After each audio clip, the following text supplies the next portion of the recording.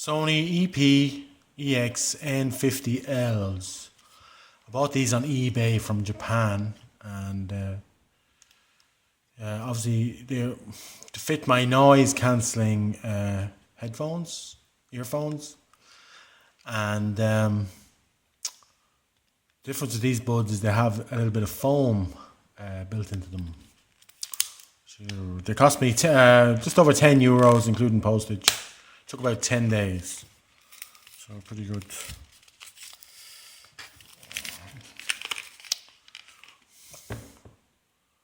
You can see the foam there, so that's supposed to give a little bit more sound isolation. I don't know how much, but I'll have to wait and do a full review, of course. But that's what you get. So let me just go and stick it on one of my Sony buds here. Right.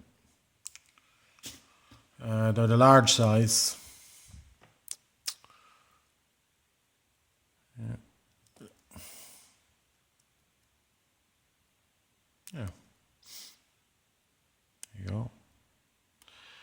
Will it make any difference? I don't know. Maybe a little bit. Actually, it was €10 for 4 of them. Not the end of the world. I needed a few proper spare buds anyway. So there you go. So review to follow in a little while. Thank you.